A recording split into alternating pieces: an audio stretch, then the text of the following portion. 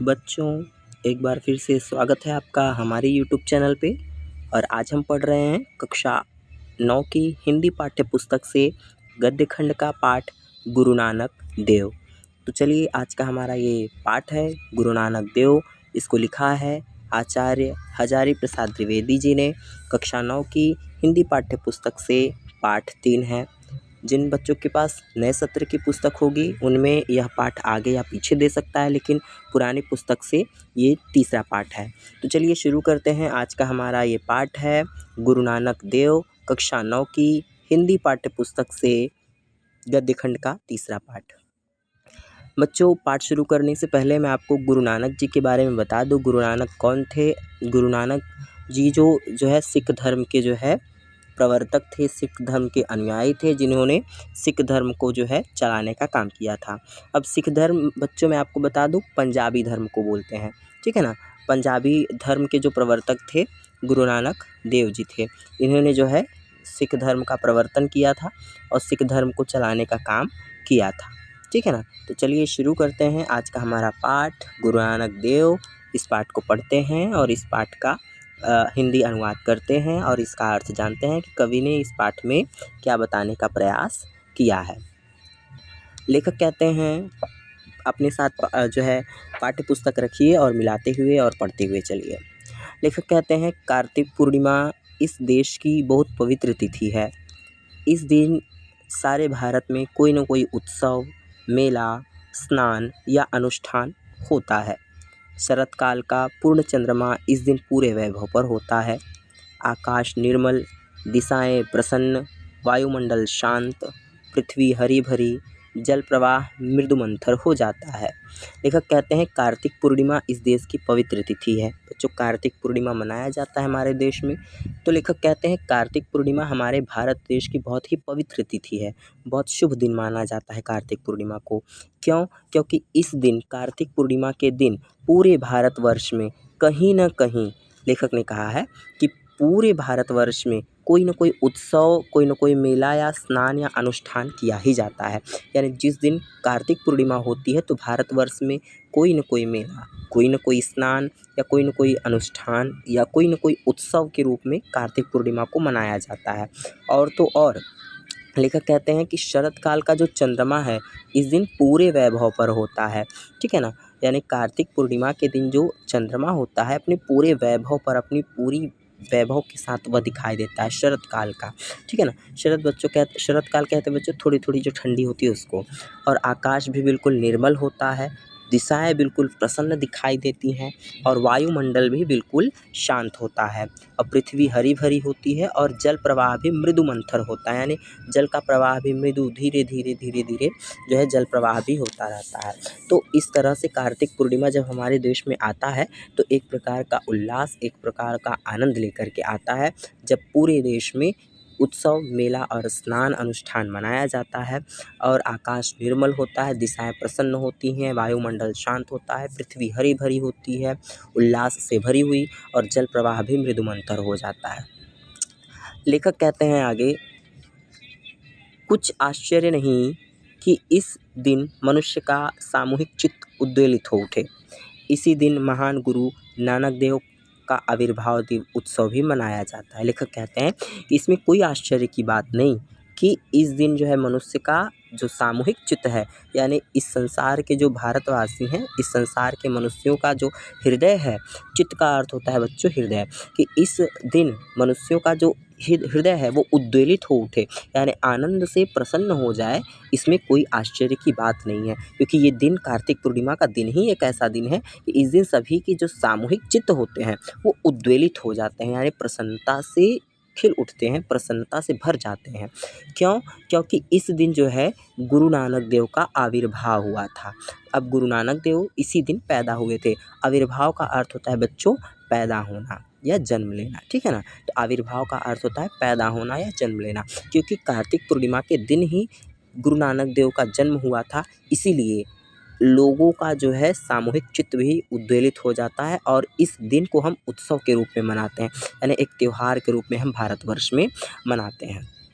लेखक कहते हैं, आकाश में जिस दिन आकाश में जिस प्रकार षोडश कला से पूर्ण चंद्रमा अपनी कोमल स्निग्ध किरणों से प्रकाशित होता है, उसी प्रकार मानव चित्त भी किसी उज्ज्वल प्रकाश ज्योतिर्पुंज का आविर्भाव होना स्वाभाविक है। लेखक कहते हैं कि आकाश में जिस प्रकार षोडश कला से पूर्ण चंद्रमा अपनी कोमल स्निग्ध किरणों से प्रकाशित होता है, यानी कि जब कार्तिक पूर्णिमा आती है तो षोडश कला कहते हैं बच्चों 16 कलाओं से युक्त, कि 16 कलाओं से युक्त जो चंद्रमा होता है कार्तिक पूर्णिमा के दिन अपने कोमल मृदुल स्निग्ध कहते हैं बच्चों चिकने को, यानी चंद्रमा बिल्कुल कोमल स्निग्ध किरणों से बिल्कुल प्रकाशित हो उठता है, बिल्कुल जगमगा उठता है इस दिन।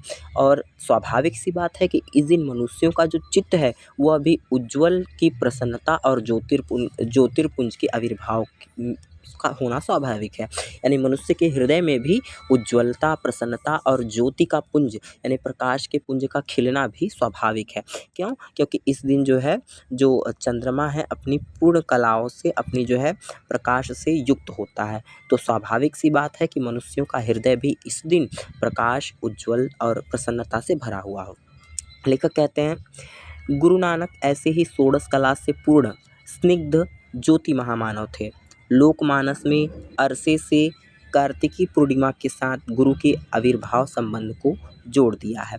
लेखक कहते हैं गुरु नानक देव भी ऐसे ही षोडश कलाओं से पूर्ण स्निग्ध ज्योति महामानव थे, यानी जिस प्रकार कार्तिक पूर्णिमा के दिन आकाश में चंद्रमा 16 कलाओं से पूर्ण चंद्रमा अपनी कोमल और स्निग्ध किरणों से प्रकाशित होता है, उसी प्रकार से गुरु नानक देव भी 16 कलाओं से पूर्ण स्निग्ध और ज्योति महामानव थे, यानी उन्होंने अपने ज्ञान के प्रकाश से भारत को एक नया मार्ग दिखाया, इसलिए वो एक महामानव थे जिन्होंने अपनी ज्योति से इस संसार को नया रास्ता दिखाया। जैसे चंद्रमा जो है प्रकाश से युक्त होता है वैसे लोकमानस में अरसे तक, यानी लोकमानस बच्चों अर्थात इस भारत के लोगों ने, अर्थात लोकमानस ने इस भारतवर्ष के लोगों ने एक अरसे तक जो है कार्तिक पूर्णिमा के साथ गुरु के आविर्भाव के संबंध को जोड़ा है, कि एक अरसे से हम भारतवासी जो है कार्तिक पूर्णिमा के दिन को गुरु नानक देव के जो है आविर्भाव के रूप में, उनके जन्म के रूप में जोड़ करके उनके आविर्भाव दिवस को मनाते हुए आ रहे हैं।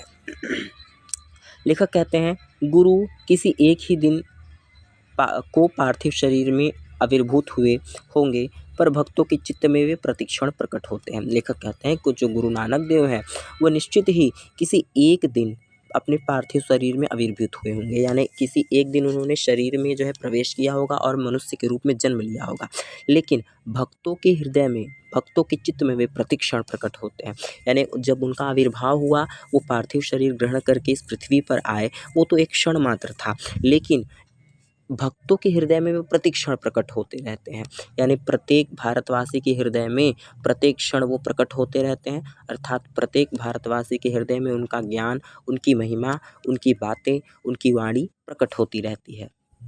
लेखक कहते हैं पार्थिव रूप को जितना महत्व दिया, पार्थिव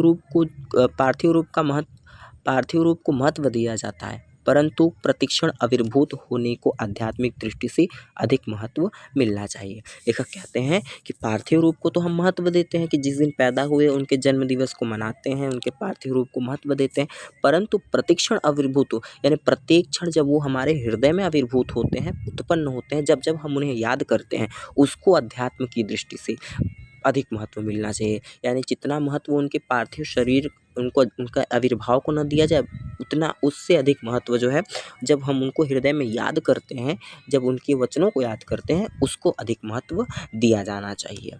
लेखक कहते हैं आगे की पंक्तियों में, आगे चलने से पहले बच्चों अगर आप हमारे चैनल पे नए हैं और अभी तक आपने हमारे चैनल को सब्सक्राइब नहीं किया है, तो हमारे चैनल से जुड़ने के लिए हमारे चैनल को सब्सक्राइब करना ना भूलें, साथ ही बेल आइकन को ऑल पर सेट करना ना भूलें, ताकि हर वीडियो का नोटिफिकेशन आपको मिलता रहे। लेखक कहते हैं इतिहास के पंडित गुरु के पार्थिव शरीर के आविर्भाव के विषय में वाद विवाद करते रहे। इस देश का सामूहिक मानव चित्त उतना महत्व नहीं देता। लेखक कहते हैं इतिहास के जो पंडित हैं वो गुरु के पार्थिव शरीर के आविर्भाव के विषय में यानी गुरु नानक देव के जन्म के विषय में वाद विवाद करते हैं कि इनका जन्म इस दिन हुआ या इस दिन हुआ। तो भारत के जितने भी इतिहास के पंडित हुए हैं वो गुरु नानक देव के जन्म के संबंध में उनमें मतभेद है, वाद विवाद करते रहते हैं। परंतु इस देश का जो सामूहिक मानव है वो चित्त इतना महत्व नहीं देता, यानी हमारे लिए इतना महत्व नहीं कि उनका जन्म कब हुआ। हमारे हृदय में जब वो याद आ जाए तब उनका जो है आविर्भाव हो जाता है। हम तो उन्हें हर समय याद कर लेते हैं, हर क्षण याद करते हैं। तो उनका जन्म महत्व नहीं रखता, महत्व रखता है कि हम उन्हें याद करते हैं। लेखक कहते हैं जिस गुरु जिस भी शुभ क्षण में चित्त में आविर्भूत हो जाए वही क्षण उत्सव का है, वही क्षण उल्लासित कर देने के लिए पर्याप्त है। लेखक कहते हैं कि गुरु जिस भी शुभ क्षण में यानी जिस भी शुभ मुहूर्त में गुरु नानक देव चित्त में आविर्भूत हो जाएं यानी हृदय में जिस भी घड़ी उनकी याद आ जाए वही क्षण हमारे लिए पर्याप्त है। लेखक कहते हैं कि हमारे हृदय में जिस भी समय गुरु नानक देव आविर्भूत हो जाए यानी जब जब वो हमें याद आ जाए वही हमारा क्षण उत्सव का है और वही क्षण हमें उल्लासित कर देने के लिए काफ़ी है, आनंद से भर देने के लिए काफ़ी है। लेखक कहते हैं नवो नवो भवसी जयमाना गुरु तुम प्रतिक्षण चित्त भूमि में आविर्भूत होकर नित्य नवीन हो रहे हो। हजारों वर्षों से शरत काल की यह सर्वाधिक प्रसन्न तिथि प्रभामंडित पूर्णचंद्र के साथ उतनी ही मीठी ज्योति के धनी महामानव का स्मरण कराती रहती है। लेखक कहती है नवो नवो भवसी जयमाना। यहाँ जो लेखक है उन्होंने गुरु नानक देव की महत्ता को प्रतिपादित किया है कि हे जो है महामानव जय हो आपका। नवो नवो भवसी जयमाना यानी जिस क्षण आपको याद कर लिया जाए वही क्षण उल्लासित कर देने के लिए, वही क्षण आनंदित करने के लिए काफ़ी है। लेखक कहते हैं कि हे गुरु नानक देव तुम जिस क्षण हमारे चित्त की भूमि में यानी हमारे हृदय में जिस क्षण हमारे चित्त भूमि में आविर्भूत हो जाते हो यानी जब जब हमें स्मरण आ जाता है तुम्हारा, जब जब हम तुम्हें स्मरण कर लेते हैं, याद कर लेते हैं, वही क्षण वो हमारे लिए जो है पर्याप्त है। और तो और हजारों वर्षों से वही हमारे लिए नवीन है और हजारों वर्षों से शरत काल की यह सर्वाधिक प्रसन्न तिथि इस प्रभामंडित पूर्णचंद्र के साथ उतनी ही मीठी ज्योति महामानव के स्मरण कराती है। यानी जब जब कार्तिक पूर्णिमा आती है तब तब हमें ऐसे महामानव गुरु नानक देव जी का स्मरण करा जाती है। यानी हमारे भारतवर्ष में जब तक कार्तिक पूर्णिमा मनाई जाएगी, जब तक पूर्णचंद्र के साथ हमारा संबंध रहेगा तब तक उतनी ही मीठी ज्योति के महामानव अर्थात गुरु नानक देव का स्मरण भी हमें होता रहेगा, हम उन्हें याद करते रहेंगे और हमारे इतिहास में हमारे जो है हृदय में वे आविर्भूत होते रहेंगे। लेखक कहते हैं इस चंद्रमा के साथ महामानवों का संबंध जोड़ने के इस देश की समस्त चित्त आह्लाद अनुभव करता है। हम रामचंद्र, कृष्णचंद्र आदि कहकर इसी आह्लाद को प्रकट करते हैं। गुरु नानक के साथ इस पूर्णचंद्र का संबंध जोड़ना भारतीय मानस के अनुकूल है। आज वह अपना आह्लाद प्रकट करती है। लेखक कहते हैं कि ऐसा नहीं है कि केवल हम चंद्रमा के साथ केवल गुरु नानक देव जी की जयंती को मनाते हैं, बल्कि हम इस देश में हमारे भारतवर्ष में चंद्रमा के साथ महामानव के संबंधों को जोड़ने के यानी चंद्रमा के साथ जितने भी महामानव हमारे भारत देश में पैदा हुए हैं उनको चंद्रमा के साथ जोड़ने में हमारे चित्त को, हमारे हृदय को आह्लाद का अनुभव होता है, हम प्रसन्न होते हैं ऐसे महामानवों को चंद्रमा के साथ उनको जोड़ करके। जैसे हम राम को रामचंद्र कहते हैं, चंद्रमा के साथ जोड़ते हैं, कृष्ण को चंद्र के साथ जोड़ते हैं, तो ये हमें करने में आनंद का अनुभव होता है। इसी तरह से गुरु नानक देव का भी हम जो है पूर्णचंद्र के साथ संबंध जोड़ते हैं और ये भारतीय जनता के मन के अनुकूल भी है। और आज ही के दिन यानी कार्तिक पूर्णिमा के दिन हम अपना आह्लाद प्रकट करते हैं, कार्तिक पूर्णिमा की चंद्रमा को देखते हैं और गुरु नानक देव को स्मरण करते हैं। लेखक कहते हैं आगे चलते हैं बच्चों, पाठ्य पुस्तक साथ में रखिए और मिलाते हुए और पढ़ते हुए चलिए। लेखक कहते हैं गुरु नानक का आविर्भाव आज से लगभग 500 वर्ष पूर्व हुआ। भारतवर्ष की मिट्टी के युग के अनुरूप महापुरुषों को जन्म देने का अद्भुत गुण है। लेखक कहते हैं कि गुरु नानक देव का जो आविर्भाव हुआ था यानी भारतवर्ष में गुरु नानक देव जो है आज से लगभग 500 वर्ष पहले वो पैदा हुए थे। हमारे भारतवर्ष में उनका आविर्भाव आज से 500 वर्ष पहले हुआ था। और भारतवर्ष की जो मिट्टी है, भारतवर्ष की जो भूमि है, उसमें युग के अनुरूप यानी प्रत्येक युग में भारतवर्ष में एक न एक महापुरुषों को जन्म देने का अद्भुत गुण है। यानी हमारे भारतवर्ष की मिट्टी का ये अद्भुत गुण है कि वो युग के अनुसार एक एक महापुरुषों को जन्म देती रहती है। चाहे वो राम हो, चाहे वो कृष्ण हो, चाहे अन्य कोई भी महापुरुष हो, हमारे भारतवर्ष में पैदा हुए हैं और हमारे भारतवर्ष को गौरवान्वित किया है। लेखक कहते हैं, आज से 500 वर्ष पहले का देश अनेक कुसंस्कारों में उलझा था।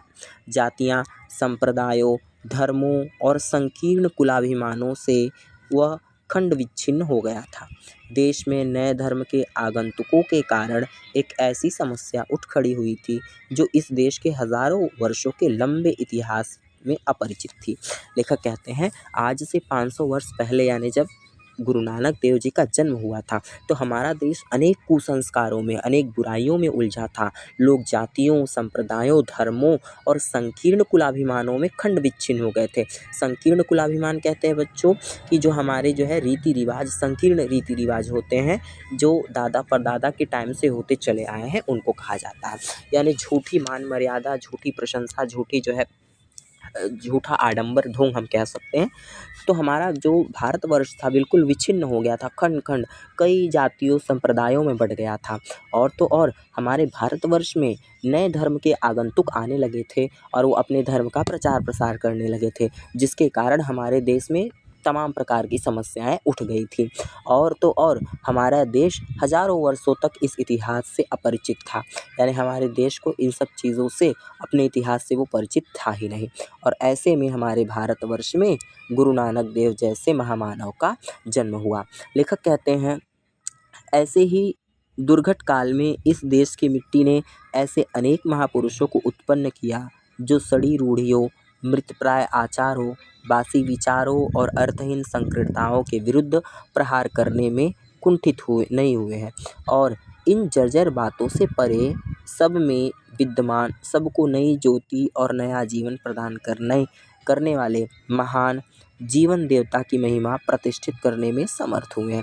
लेखक कहते हैं कि ऐसे ही दुर्घट काल में, ऐसे मुसीबत के समय में, ऐसे जब हमारा देश जाति, संप्रदाय, धर्म में बटा हुआ था, ऐसी स्थिति में हमारे भारतवर्ष की मिट्टी में ऐसे अनेक महापुरुष आए जिन्होंने इन सड़ी गली मान्यताओं को, इन्होंने इन मृतप्राय आचारों को, बासी विचारों को, यानी ऐसे विचार जो बहुत ही जो है पुराने हो गए हों, ऐसी अर्थहीन संकीर्णताओं को, ऐसी मान्यताओं के विरुद्ध प्रहार किया। यानी उन मान्यताओं को, उन जो है संप्रदाय, उन जाति आडंबरों को तोड़ने का काम किया और उन्हें कुंठित किया, नहीं हुए। यानी उन जो है उन पर प्रहार किया, और प्रहार ही नहीं किया, उन्हें कुंठित भी किया, उन्हें समाप्त भी किया।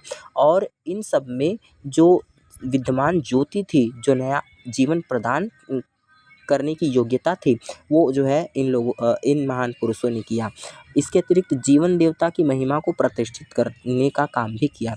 यानी ईश्वर एक है और उस ईश्वर की आराधना करना, जाति संप्रदायों में न बँटना, इन चीज़ों से भारतवासियों को, भारत के लोगों को अवगत कराने का काम किया।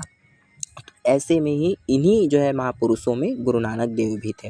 लेखक कहते हैं, इन संतों की ज्योतिष मंडली में गुरु नानक देव ऐसे संत हैं जो शरत काल के पूर्ण चंद्र की तरह स्निग्ध, उसी प्रकार शांत, निर्मल, उसी प्रकार रश्मि के भंडार थे। कई संतों ने कस कस के चोटें मारी, व्यंग बाण छोड़े, तर्क की छुरी चलाई। महान गुरु नानक देव ने सुधा लेप का काम किया। यह आश्चर्य की बात है कि विचार और आचार की दुनिया में इतनी बड़ी क्रांति ले आने वाले यह संत इतने मधुर, इतने स्निग्ध, इतने मोहक वचनों का बोलने वाला है। लेखक कहते हैं, जितने भी संत, जितने भी महापुरुष भारतवर्ष में आए, इन संतों की ज्योतिष मंडली में गुरु नानक देव भी एक ऐसे संत हैं जो शरत काल की पूर्ण चंद्र की स्निग्ध की तरह स्निग्ध और उसी प्रकार शांत, निर्मल और रश्मि के भंडार थे। यानी इन संतों में गुरु नानक देव भी एक ऐसे ही संत थे जो शरत काल की पूर्ण चंद्रमा की तरह, यानी जिस प्रकार शरद काल में चंद्रमा पूरा दिखाई देता है, अपने प्रकाश से सर्वत्र जो है प्रकाश फैला देता है, उसी प्रकार से गुरु नानक देव भी, उन्होंने भी अपने ज्ञान से, अपने आचरण से, अपने शांत और निर्मल जो है रश्मि भंडार से भारतवर्ष को प्रकाशित करने का काम किया।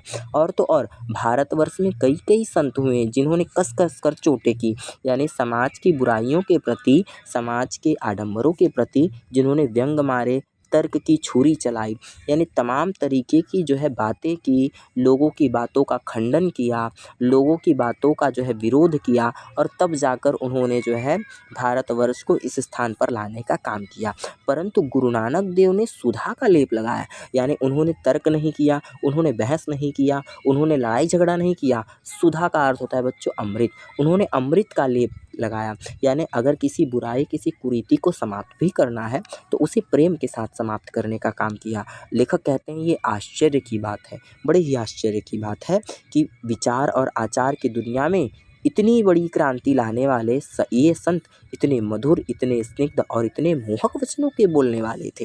लेखक कहते हैं कि बड़े आश्चर्य की बात है कि विचार और आचरण की दुनिया में इतनी बड़ी क्रांति लाने वाले, जब गुरु नानक देव जी आए थे तो तमाम प्रकार की कुरीतियाँ, बुराइयाँ थी जिसको उन्होंने समाप्त किया, लेकिन उन्होंने तलवार के ज़ोर से नहीं, लड़ाई झगड़े से नहीं, बल्कि प्रेम की वाणी से। इसीलिए कवि ने कहा है कि इन्होंने सुधा का लेप किया।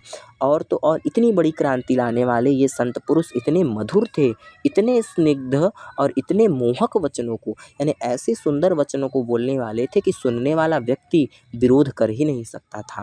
यानी सुनने वाला जो व्यक्ति था बिना तर्क किए, बिना किसी भी प्रकार का लड़ाई झगड़ा किए गुरु नानक देव की बातों को मान लिया करता था। ऐसे थे गुरु नानक देव। इन्होंने प्रेम का, इन्होंने मधुरता का, इन्होंने जो है आनंद का जो है आनंद की जो है बात की है। लेखक कहते हैं किसी का दिल दुखाए बिना, किसी पर आघात किए बिना, कुसंस्कारों को छिन्न करने की शक्ति रखने वाला, नई संजीवनी धारा से प्राणी मात्र को उल्लसित करने वाला यह संत मध्यकाल की ज्योतिष्क मंडली में अपनी निराली शोभा से शरद पूर्णिमा के पूर्ण चंद्र की तरह ज्योतिष्मान है। लेखक कहते हैं किसी का दिल दुखाए बिना, किसी पर आघात किए बिना, यानी किसी पर अपने बातों का प्रहार किए बिना, किसी का दिल दुखाए बिना, और कुसंस्कारों को छिन्न कर देने वाला, यानी बुरे संस्कारों को खत्म कर देने वाला। जितने भी संत महात्मा थे सभी ने तर्क किया, सभी ने किसी न किसी प्रकार के जो है व्यंग किए, सभी ने किसी न किसी प्रकार की जो है तर्क की छुरी चलाई, तब जा कर के देश के जो है आडंबर और देश के जो है कुसंस्कारों को नष्ट किया। परंतु जो गुरु नानक देव थे उन्होंने जो है बिना किसी को का दिल दुखाए, बिना कोई आघात किए कुसंस्कारों को उन्होंने नष्ट कर दिया, और तो और नई संजीवनी से प्राणी मात्र को उल्लसित कर दिया। अपने ज्ञान की संजीवनी से, अपने ज्ञान की धारा से उन्होंने प्राणी को आनंद से भर दिया इस संसार के। और मध्यकाल की जो ज्योतिष मंडली है उसमें अपनी निराली शोभा के साथ यह शरद पूर्णिमा का पूर्ण चंद्र सदैव ज्योतिषमान रहेगा। यानी जब जब हमारे भारतवर्ष में कार्तिक पूर्णिमा आएगी, शरद चंद्रमा का शरद जो है पूर्णिमा के चांद को देखा जाएगा, तब तब गुरु नानक देव को याद किया जाएगा। लेखक कहते हैं आज उनकी याद आए बिना नहीं रह सकती। लेखक कहते हैं कि आज गुरु नानक देव की याद आए बिना रह ही नहीं सकती। यानी आज कार्तिक पूर्णिमा है और आज के दिन गुरु नानक देव को याद न किया जाए, ऐसा हो ही नहीं सकता। वह सब प्रकार से लोकोत्तर हैं, उनका उपचार प्रेम और मैत्री है, उनका शास्त्र सहानुभूति और हित चिंता है। वह कुसंस्कारों के अंधकार को अपनी स्निग्ध ज्योति से भेदता है, मुमूर्ष प्राणधारा को अमृत का भांड उड़ेलकर प्रवाहित बनाता है। वह भेदों में अभेद देखता है, नानत्व में एक संधान बताता है। वह सब प्रकार से निराला है। इस कार्तिक पूर्णिमा को अनायास उसके चरणों में नत हो जाने की इच्छा होती है। लेखक कहते हैं कि आज के दिन उनकी याद ना आए, ऐसा हो ही नहीं सकता। वह सब प्रकार से लोकोत्तर थे, यानी मनुष्यों से जो इतर हो, अर्थात जो इसमें मनुष्यता के गुण तो हों लेकिन जो मनुष्यता से श्रेष्ठ हो, उसको कहते हैं लोकोत्तर। जो लोक संसार के लोगों में श्रेष्ठ हो, और उनका उपचार प्रेम और मैत्री था। उन्होंने लोगों को प्रेम और मित्रता के साथ समझाया। उनका शास्त्र सहानुभूति था। उन्होंने कोई शास्त्र नहीं गढ़े, उन्होंने शास्त्रों से व्याख्यान नहीं दिया, बल्कि लोगों को सहानुभूति और हित चिंता के द्वारा समझाया। उन्होंने कुसंस्कारों को के अंधकार को अपनी स्निग्ध ज्योति से भेदा है, अपने ज्ञान से, अपने प्रेम से, अपनी मीठी वाणी से भेदा है। ऐसा नहीं लोगों को डांट फटकार के, लोगों की जो है दिलों को दुखा करके। मुमूर्ष प्राणधारा के अमृत भांड उड़ेलकर प्रवाहहीन बना दिया। यानी जो प्राणधारा सूख चुकी थी, ऐसे लोगों में अमृत का भांड उड़ेल दिया, यानी अमृत का बर्तन उड़ेल दिया। अमृत उड़ेलकर उनके जो है उनके जीवन को प्रवाहशील बना दिया। वह भेदों में अभेद देखता है, यानी जहाँ भेद है उस भेद को किस तरह से समाप्त किया जाए, वो गुरु नानक देव देखते हैं। नानत्व में एक संधान बनता है और वो सब प्रकार से निराला है। और कार्तिक पूर्णिमा को कि इस दिन उसके चरणों में नत हो जाने की इच्छा होती है। लेखक कहते हैं कि गुरु नानक देव नानत्व में एक संधान बनता है और उनका वो सब प्रकार से निराले हैं, यानी वो लोकोत्तर पुरुष हैं। किसी भी प्रकार से उनमें कोई त्रुटि नहीं, हर प्रकार से वह निराले हैं। और तो और आज कार्तिक पूर्णिमा के दिन अनायास ही, पता नहीं क्यों, ऐसा मन करता है कि उनके चरणों में बस नत हो जाएं। और हो भी क्यों ना, गुरु नानक देव कोई साधारण पुरुष नहीं थे। गुरु नानक देव एक महान संत थे हमारे भारतवर्ष के, जिन्होंने भारतवर्ष को सत्य के मार्ग का जो है बोध कराया, जिन्होंने भारतवर्ष को सत्य का मार्ग दिखाया था। लेखक कहते हैं, गुरु नानक ने प्रेम का संदेश दिया। उनका कथन था, ईश्वर नाम के सम्मुख जाति और कुल के बंधन निरर्थक हैं, क्योंकि मनुष्य का चरम प्राप्तव्य है वह स्वयं प्रेम रूप है। प्रेम ही उसका स्वभाव है, प्रेम ही उसका साधन है। अरे ओ मुग्ध मनुष्य, सच्ची प्रीति से ही तेरा मान अभिमान नष्ट होगा, तेरी छोटाई की सीमा समाप्त होगी, परम मंगलकारी शिव तुझे प्राप्त होगा। उसे सच्चे प्रेम की साधना तेरे जीवन का परम लक्ष्य है। लेखक कहते हैं ऐसा गुरु नानक देव का कथन था। लेखक उनके कथनों को बताते हुए बताते हैं, गुरु नानक देव ने लोगों को संदेश दिया कि ईश्वर के नाम के सम्मुख जाति और कुल के बंधन निरर्थक है। यानी ईश्वर के सामने जाति और ईश्वर के सामने कुल के बंधन ये सब व्यर्थ हैं। ईश्वर ने तो केवल मनुष्य को बनाया है, जाति और कुल के बंधन तो मनुष्य ने निर्मित किए हैं। तुम मुस्लिम हो, तुम हिंदू हो, या तुम ये जाति हो, तुम ये जाति, ये तमाम जातियों के बंधन तो हम मनुष्यों ने खड़े किए हैं। ईश्वर के सामने इन जातियों का, इन बंधनों का कोई मूल्य नहीं है। मनुष्य क्योंकि मनुष्य का जो चरम प्राप्तव्य है वह प्रेम रूप है, यानी मनुष्य का जो परम कर्तव्य है वह है प्रेम को प्राप्त करना।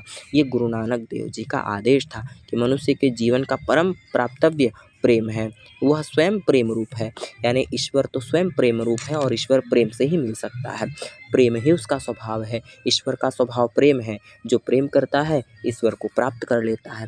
प्रेम ही उसका साधन है और ईश्वर की साधना प्रेम ही है। आप जंगल में जा कर के या पहाड़ में जाके तपस्या करते हैं और सोचते हैं कि ईश्वर मिल जाएगा, नहीं। आप प्रेम करिए, जीवों से प्रेम करिए, मनुष्यों से प्रेम करिए, यही ईश्वर को प्राप्त करने का साधन है। गुरु नानक देव कहते हैं, अरे ओ मुग्ध मनुष्य, है अहंकारी मनुष्य जो स्वयं पर मुग्ध हो, जो स्वयं के अहंकार में किसी के न सुने। अरे ओ मुग्ध मनुष्य, सच्ची प्रीति से ही तेरा मान अभिमान नष्ट होगा। जिस दिन मनुष्य सच्चा प्रेम कर ले, उस दिन मनुष्य का अहंकार नष्ट हो जाएगा और उसके अंदर की जो छोटाई की सीमा है, दूसरों को छोटा देखना, अपने को ही बड़ा देखना, वो सब समाप्त हो जाएगा और परम मंगलकारी शिव तुझे प्राप्त हो जाएंगे, यानी ईश्वर की तुझे प्राप्ति हो जाएगी। उसी सच्चे प्रेम की साधना तेरे जीवन का परम लक्ष्य है, यानी ईश्वर के प्रेम की साधना ही हमारे जीवन का सबसे बड़ा लक्ष्य है, परम लक्ष्य है। उसी ईश्वर की साधना करना और उसी ईश्वर को प्राप्त करना, इसके अतिरिक्त हमारे जीवन का और कोई जो है उद्देश्य नहीं है। लेखक कहते हैं, बाह्य आडंबर को तू धर्म समझ रहा है, मूल संस्कारों को तू आस्था मानता है। नहीं प्यारे, यह सब धर्म नहीं। धर्म तो स्वयं रूप होकर भगवान के रूप में तेरे भीतर विराजमान है। उसी अगम अगोचर प्रभु की शरण पकड़। क्या पड़ा है तेरे इन छोटे अहंकारों में, ये मुक्ति के नहीं बंधन के हेतु हैं। उनका मत था कि विश्व का परित्याग कर संन्यास लेना ईश्वर की दृष्टि में आवश्यक नहीं है। इसके लिए तो धार्मिक संन्यास तथा भक्त व गृहस्थ सभी समान हैं। लेखक कहते हैं, गुरु नानक देव का कथन था कि व्यक्ति को बाह्य आडंबर और बाह्य आडंबर के अतिरिक्त जो हम जिन बाहरी चीज़ों को धर्म समझते हैं, जिन चीज़ों को हम मूल संस्कार समझते हैं, वो असली धर्म नहीं है। इसीलिए कहते हैं कि बाह्य आडंबर और जो बाहरी धर्म है वो धर्म नहीं है, बल्कि वो तो हमारे मूल संस्कार जो है हम उसी को आस्था मान लेते हैं कि हमारे जो मूल संस्कार है वही हमारी आस्था है। लेखक कहते हैं गुरु नानक देव मानते थे नहीं, ये सब धर्म नहीं है। धर्म तो स्वयं भगवान का रूप होकर हमारे भीतर विराजमान है। यानी अगर हम धर्म को जानना चाहते हैं, यदि हम ईश्वर को जानना चाहते हैं, तो परम आवश्यक है कि पहले हम स्वयं को जानें कि हम कौन हैं। और जिस दिन हम स्वयं को जान जाते हैं उस दिन हम भगवान को जान जाते हैं। हमें क्या करना है? उसी अगम अगोचर की शरण को पकड़ना है। अब अगम अगोचर का मतलब क्या होता है बच्चों? जो दिखाई न दे, जिसे स्पर्श न किया जा सके, जिसे महसूस करें, यानी उसी न दिखाई देने वाले ईश्वर की शरण को पकड़ो। हम मंदिरों में या मस्जिदों में जो है ईश्वर की प्रतिमा रख लेते हैं और उसी के अनुरूप ईश्वर की कल्पना कर लेते हैं और उसी ईश्वर की आराधना करते हैं। गुरु नानक देव का ऐसा मानना था कि वो अगम अगोचर है, उसका न तो कोई रूप है, न कोई स्वरूप है, न उसका कोई अंग है। हमें उस निराकार प्रभु की शरण को पकड़ना है। और क्या पड़ा है इन छोटे अहंकारों में? ये मुक्ति के नहीं, बंधन के हैं। हम जो छोटे छोटे अहंकारों को लेकर बंधे हुए हैं, लेखक कहते हैं ये छोटे छोटे अहंकार से आपकी मुक्ति नहीं होगी। ये तो मुक्ति के नहीं बल्कि बंधन के कारण है। जितना ही तुम इन छोटे छोटे अहंकारों में बंधोगे, उतना ही ज़्यादा तुम बंधन में बंधते जाते हो। उनका मत था कि विश्व का परित्याग कर संन्यास लेना ईश्वर की दृष्टि में आवश्यक नहीं है। लेखक कहते हैं गुरु नानक जी का ऐसा मानना था कि विश्व का परित्याग कर देना, संसार को छोड़ देना और संन्यास ले लेना ईश्वर की दृष्टि में आवश्यक नहीं। यदि आप ईश्वर को पाना चाहते हैं तो आप संसार को छोड़ दीजिए और संन्यास ले लीजिए, ये आवश्यक नहीं है। बल्कि ईश्वर के लिए तो धार्मिक, संन्यास तथा भक्त गृहस्थ सभी समान है। यानी ईश्वर के लिए धार्मिक भी उतना ही महत्वपूर्ण है जितना सन्यासी है, गृहस्थ और जो है भक्त भी सब समान है। यानी ईश्वर को प्राप्त करने के लिए आपको संन्यास लेने की या धार्मिक बनने की या भक्त बनने की आवश्यकता नहीं है। यदि आप गृहस्थ हैं तो भी आप ईश्वर को प्राप्त कर सकते हैं। ईश्वर को प्राप्त करने का जो मार्ग है बड़ा ही सरल है। ईश्वर को प्राप्त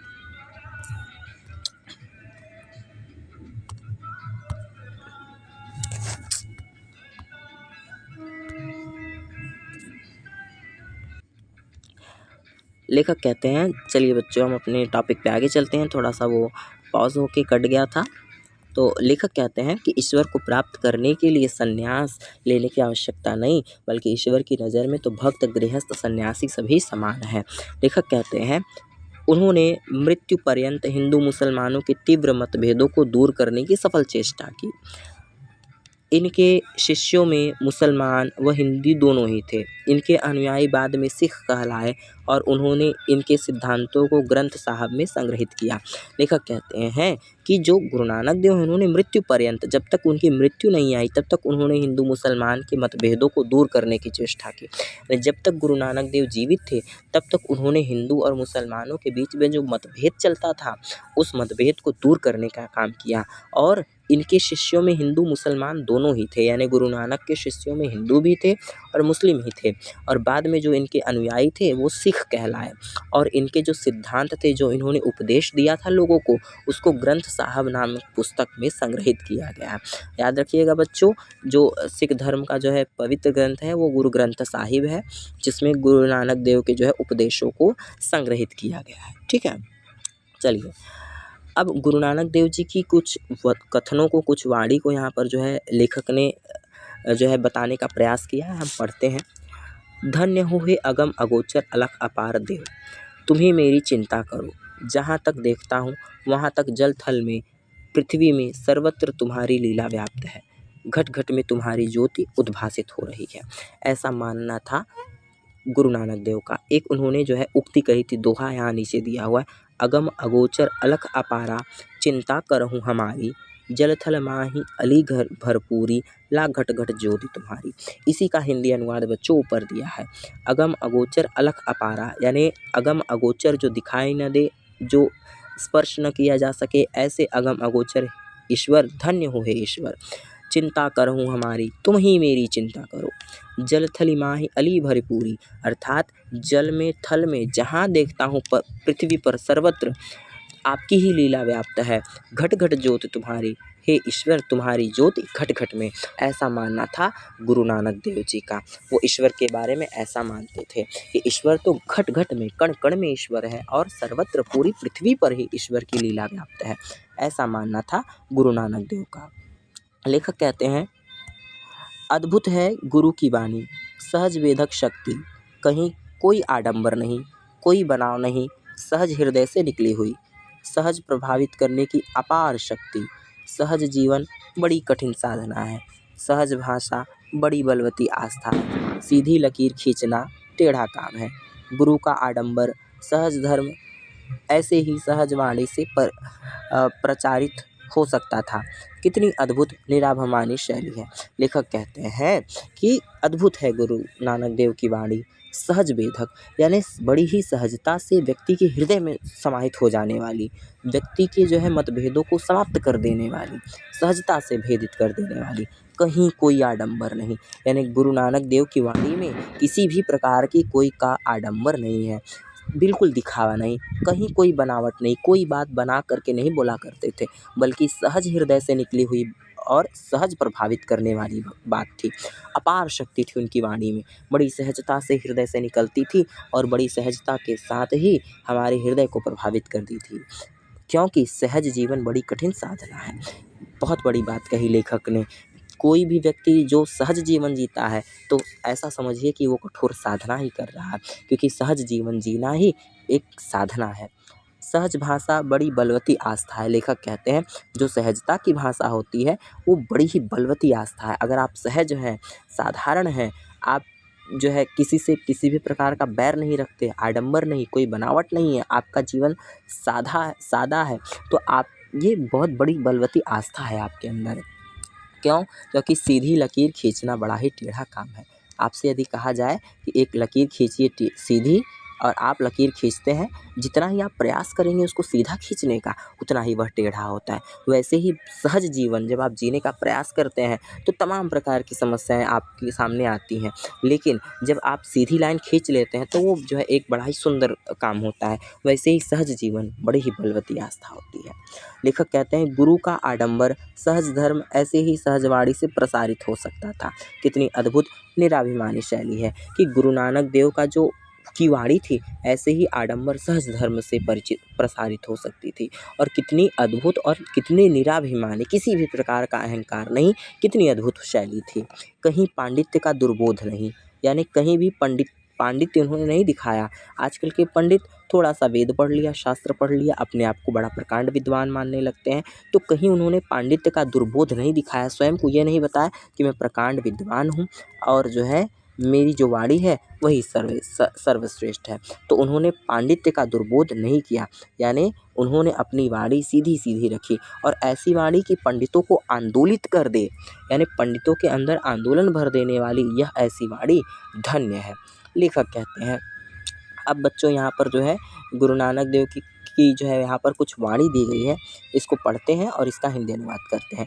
जैसे यहाँ दिया है, कोई पढ़ता सहसा कीर्ता, कोई पढ़े कुरान पुराना, कोई नाम जपे जप, कोई जाप जपे जप माली, लागे तसो धियाना, अब ही कब ही कछु न जाना, एको तेरा नाम पिछाना, न जाना हरि मेरी कवर्ण गति, हम मूरख अज्ञानी शरण प्रभु तेरी, कि कोई कृपा राखहूँ मेरी लाज पते। ये जो है उक्ति गुरु नानक देव की है। इस जो है उक्ति में उन्होंने क्या कहा, कोई पढ़ता सहसा कीर्ता, कोई पढ़े पुराना, कि कोई जो है पुराण पढ़ रहा है, कोई जो है किरत कर रहा है, कोई कुरान पढ़ता है, कोई पुराण पढ़ रहा है, कोई नाम जपे जप माली, कोई नाम जपता है, लागे तसो धियाना, और कोई ध्यान लगाता है, कोई कुरान पढ़ता है, कोई पुराण पढ़ता है, कोई जाप करता है, माला कंठ फिराता है, तो कोई ध्यान लगाता है। अब ही कब ही कछु न जाना, लेकिन इतना होने के बाद भी कोई कुछ न जानता, यानी कि कुरान पढ़ने से, पुराण पढ़ने से, जाप माला करने से, ध्यान लगाने से किसी को ईश्वर नहीं मिलते। एको तेरा नाम पहचाना, एक ही ईश्वर का नाम पहचानना चाहिए, एक ही ईश्वर है।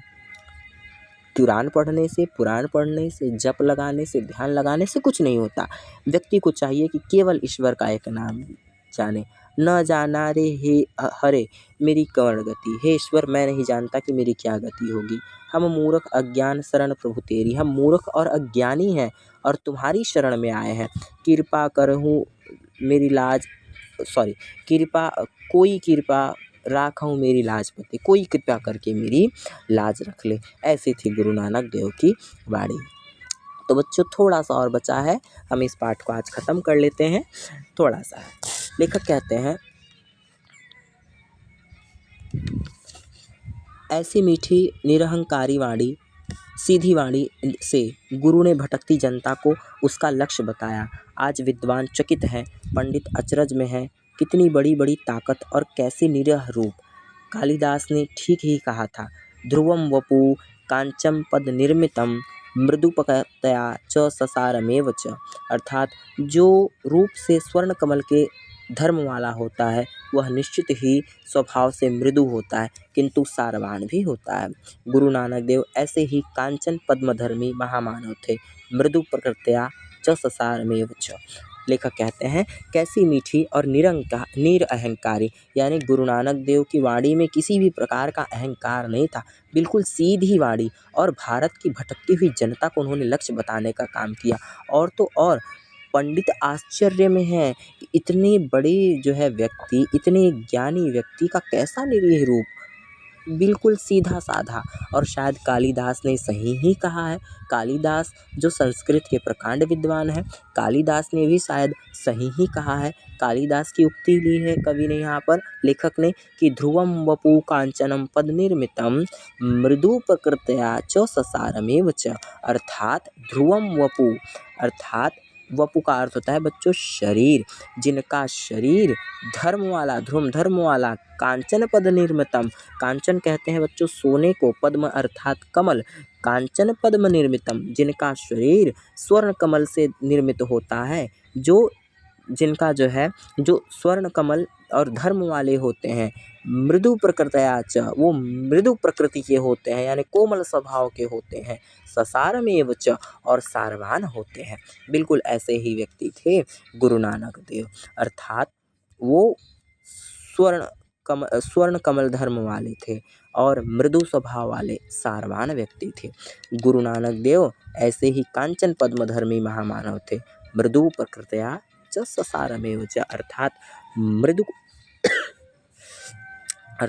मृदु स्वभाव वाले और सारवान थे। लेखक कहते हैं, किसी लकीर को मिटाए बिना छोटी बना देने का उपाय है बड़ी लकीर खींच देना। क्षुद्र अहमिकाओं और अर्थहीन संकीर्णताओं की शुद्धता सिद्ध करने के लिए तर्क और शास्त्रार्थ का मार्ग कदाचित ठीक नहीं, सही उपाय है बड़े सत्य को प्रत्यक्ष कर देना। लेखक कहते हैं, किसी लकीर को मिटाए बिना छोटी कर देने का उपाय क्या है कि बड़ी लकीर खींच दिया जाए। अगर आपसे कोई कहे, उदाहरण के तौर पर, ये एक लकीर मैंने खींची, और अगर मैं कहूँ कि इस लकीर को बिना मिटाए आप इसे छोटा कर दें, तो बिना मिटाए इसको छोटा करने का साधारण सा एक उपाय है कि इस लकीर के आगे एक बड़ी लकीर खींच दी जाए, तो ये लकीर अपने आप छोटी हो जाएगी। उसी प्रकार से क्षुद्र जो अहमिकाएँ थी, क्षुद्र अहमिका का अर्थ होता है बच्चों जो छोटी छोटी जो है आडंबर, जो अर्थहीन संकीर्णताएँ हमारे भारत देश में थी, जिसको मिटाने के लिए गुरु नानक देव ने क्या किया, इन चीज़ों को समाप्त करने के लिए गुरु नानक देव ने जो है बड़े सत्य को जो है प्रकट कर दिया। ठीक है ना। लेखक कहते हैं कि जब छोटे जो है आडंबरों को समाप्त करना हो तो उसकी सीधा सीधा सा जो है ये है कि सही उपाय ये है कि सत्य को प्रकट कर देना चाहिए, और गुरु नानक देव ने यही किया। उन्होंने ईश्वर का मार्ग बताया, सत्य को प्रकट कर दिया, और सॉरी बच्चों, तो उन्होंने जो है सत्य को प्रकट कर दिया और तमाम जो है क्षुद्र जो संकीर्णता थी उसे समाप्त करने का काम कर दिया। उन्होंने जनता को बड़े बड़े सत्य के सम्मुखीन कर दिया। हजारों दिए उस महामानव ज्योति के सामने फीके पड़ जाते हैं। गुरु नानक देव ने बड़े बड़े जो है सत्य को लोगों के सामने सम्मुखीन कर दिया, बड़े बड़े सत्य को खोल कर रख दिया, और हजारों दिए उस महाज्योति महामानव के सामने फीके पड़ जाते हैं। अर्थात गुरु नानक देव का जो ज्ञान था, गुरु नानक देव जी की जो ज्योति थी, जो महिमा थी, उसके आगे हजारों दीपक दिए उनके आगे फीके पड़ जाते हैं। लेखक कहते हैं आगे कि भगवान जब अनुग्रह करते हैं तो अपनी दिव्य ज्योति ऐसे महान संतों में उतार देते हैं। एक बार जब यह ज्योति मानव देह को आश्रय करके उठती है तो चुपचाप नहीं बैठती, वह क्रियात्मक होती है। नीचे गिरे हुए को, अभाजन लोगों को वह प्रभावित करती है। लेखक कहते हैं भगवान जब अनुग्रह करते हैं, यानी भगवान जब कृपा करते हैं, अर्थात भगवान जब कृपा करना होता है भगवान को मनुष्यों पर, तो वो अपनी दिव्य ज्योति ऐसे महामानवों में उतार देते हैं। अर्थात भगवान जब कल्याण करना होता है धरती के लोगों का, भगवान को जब मनुष्यों का उद्धार करना होता है, तब वो अपने अंदर की जो ज्योति है ऐसे महान संतों में उतार देते हैं, और तब जाके हमें गुरु नानक जैसे संत मिलते हैं। और तो और आश्रय जब ये जो है मनुष्य रूप लेकर आते हैं तो चुपचाप नहीं बैठते, बल्कि लोगों को, गिरे हुए लोगों को उठाने का, उनका उद्धार करने का काम करते हैं। लेखक कहते हैं ऊपर उठाती है, वह उतरती है और ऊपर उठती है। इसे पुरानी पारिभाषिक शब्दों में कहें तो कुछ इस प्रकार होगा कि एक ओर अवतार होगा और दूसरी ओर उद्धार होगा। अवतार और उद्धार की यह लीला भगवान के प्रेम का सक्रिय रूप है, जिसे पुराने भक्तजन अनुग्रह कहते हैं। लेखक कहते हैं कि अगर पारिभाषिक शब्दों में कहा जाए तो एक ओर अवतार होता है, यानी एक ओर तो जो है संतों के रूप में पैदा होते हैं ईश्वर, दूसरी ओर उद्धार होता है, दूसरी ओर जो है वो अपने ज्ञान के द्वारा लोगों का उद्धार करते हैं, कल्याण करते हैं। तो एक ओर अवतार होता है, एक ओर उद्धार होता है। लेखक कहते हैं कि अगर इसे भक्तों की जो है भाषा में कहा जाए तो भक्तों की भाषा में हम इसे अनुग्रह कहते हैं, कि यही तो अनुग्रह है ईश्वर का। एक ओर जन्म लेते हैं और दूसरी ओर उद्धार करते हैं। आज से लगभग 500 वर्ष पहले परम प्रयाण हरि का यह अनुग्रह सक्रिय हुआ था, वह आज भी क्रियाशील है। आत कदाचित गुरु की वाणी की सबसे अधिक तीव्र आवश्यकता अनुभव होती है।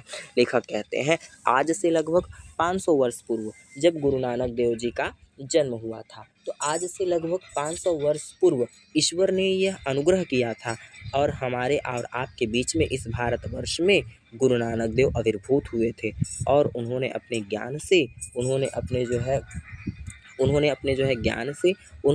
जो है ज्ञान के द्वारा हम भारतवासियों के जो है सत्य का मार्ग दिखाया। और कदाचित आज जो है गुरु नानक देव की सबसे अधिक हमें आवश्यकता महसूस होती है, क्योंकि आज पुनः हमारे जो समाज में, हमारे देश में उसी प्रकार के आडंबर, उसी प्रकार के भेदभाव देखने को मिल रहे हैं। इसलिए लेखक कहते हैं कि आज जो है गुरु नानक देव के वचनों की सबसे अधिक आवश्यकता है, क्योंकि हमारा देश आज पुनः उसी गर्त की ओर, उसी अंधकार की ओर फिर से जा रहा है। लेखक कहते हैं महागुरु, नई आशा, नई उमंग, नए उल्लास की आशा में आज इस देश की जनता तुम्हारे चरणों में प्रणति निवेदन कर रही है। आशा की ज्योति विकीर्ण करो, मैत्री और प्रीति स्निग्ध धारा से आप्लावित करो। हम उलझ गए हैं, भटक गए हैं, पर कृतज्ञता अब भी हम में रह गई है। आज भी हम तुम्हारी अमृतोत्तम वाणी को भूल नहीं पाए। कृतज्ञ भारत का प्रणाम अंगीकार करो। अंतिम पंक्तियों में लेखक ने आग्रह किया है कि हे महागुरु, नई आशा, नई उमंग और नए उल्लास की आशा में आज इस देश की जनता तुम्हारे चरणों में प्रणति निवेदन करती है, यानी प्रणय पूर्वक निवेदन हम कर रहे हैं। गुरु नानक देव जी के चरणों में हम प्रणय पूर्वक निवेदन करते हैं। क्योंकि आशा की ज्योति विकीर्ण करो, अर्थात हमारे भीतर जो आशा की ज्योति है उसको फिर से प्रस्फुटित करो, विकीर्ण करो, और मैत्री और प्रीति की स्निग्ध धारा से आप्लावित कर दो हमें, अर्थात मैत्री और प्रेम की स्निग्ध धारा से हमें आप्यायित कर दो। हम उलझ गए हैं, हम भटक गए हैं, अब परंतु हम में कृतज्ञता अब भी बची हुई है। अब हम तुम्हारी अमृत से युक्त, अमृतोमय अर्थात अमृत से युक्त वाणी को भूल नहीं पाए हैं। कृतज्ञ भारत का प्रणाम अंगीकार करो। हे गुरु नानक देव, कृतज्ञ भारत का प्रणाम आप स्वीकार कीजिए, और हम आपके अमृतमय वाणी को अभी भूल नहीं पाए हैं। तो बच्चों, आज का हमारा ये पाठ था हजारी प्रसाद द्विवेदी द्वारा रचित कक्षा 9 की हिंदी पाठ्य पुस्तक से गुरु नानक देव। इसको हमने पढ़ा, इसका हिंदी अनुवाद किया। तो आज के लिए बस इतना ही, लेकिन उस जाने से पहले अगर आप चैनल पे नए हैं तो हमारे चैनल से जुड़ने के लिए हमारे चैनल को सब्सक्राइब करें, साथ ही साथ बेल आइकन को ऑल पर सेट करना ना भूलें ताकि हर वीडियो का नोटिफिकेशन आपको मिलता रहे। कई दिनों से मैंने वीडियो नहीं बनाया था बच्चों, वो कुछ टेक्निकल एरर्स की वजह से आज मैं वीडियो बना रहा हूँ। तो हमारे चैनल से जुड़े और हिंदी की पढ़ाई कक्षा 6 से कक्षा 12 तक की हिंदी पढ़ाई के लिए हमारे चैनल से जुड़े, हमारे चैनल को सब्सक्राइब करें और मित्रों में भी अधिक से अधिक साझा करें। आपको जो है बैकग्राउंड में शायद म्यूज़िक सुनाई दे रहा होगा क्योंकि यहाँ जो है थोड़ी दूर पे शादी चल रही है, तो इस वजह से थोड़ा, लेकिन हमें पढ़ाई पे कॉन्सेंट्रेट करना है। तो बच्चों आज का हमारा ये पार्ट यहीं पे कंप्लीट होता है। पढ़ते रहें, स्वस्थ रहें, सुरक्षित रहें।